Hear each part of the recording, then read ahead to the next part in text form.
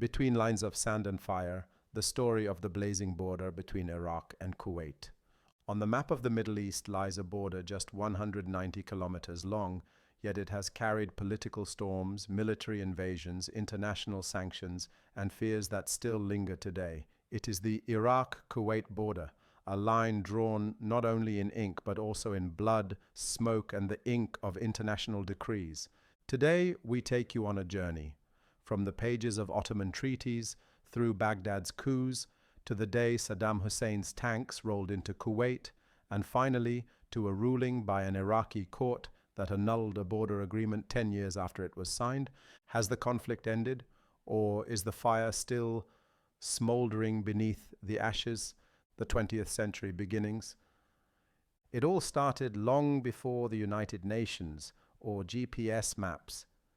In 1913, the Ottomans and the British attempted to draw a border between the Ottoman province of Basra and the small emirate of Kuwait. The agreement was never fully implemented due to the outbreak of World War I. But Britain, the new colonial ruler, considered Kuwait an independent entity, and with good reason. Its people and rulers came from the Arabian Peninsula and had never been Iraqi. Still, Iraqis claim Britain intentionally kept Iraq's sea access narrow, very narrow. In 1932, Iraq became an independent state, for the first time in thousands of years since the age of the Assyrians. A milestone.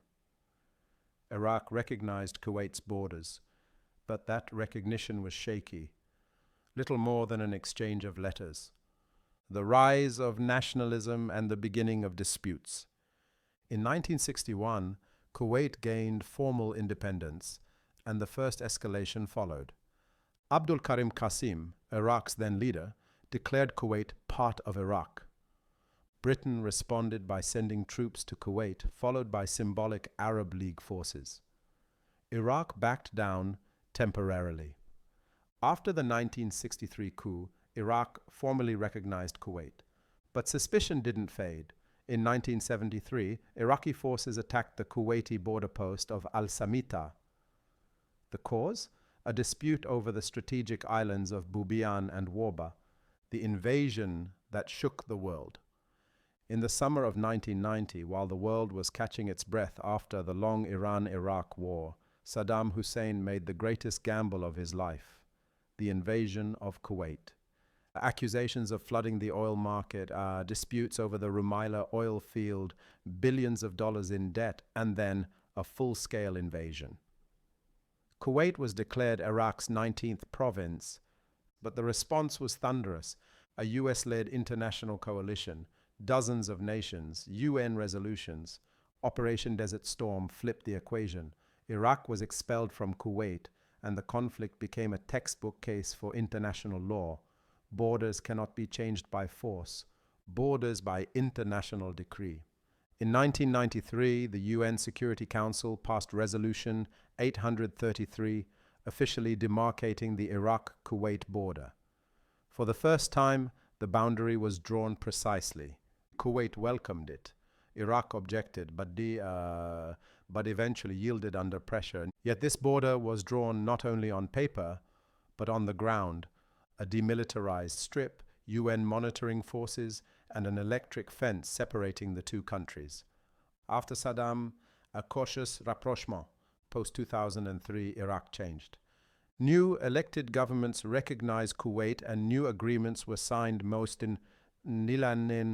notably the 2012 navigation agreement in Khor Abdullah. But the seas do not always sail as desired. In 2023, Iraq's Federal Supreme Court annulled the ratification law for that agreement, citing constitutional flaws.